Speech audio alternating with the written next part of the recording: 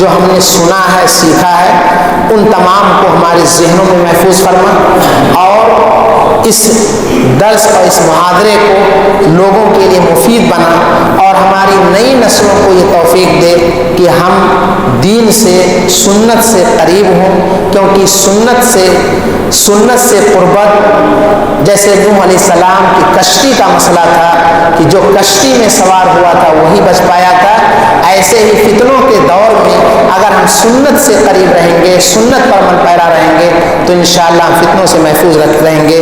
اللہ تعالی ہمیں اس کی توفیق عطا فرما، آمین، تقبل یا رب العالمین۔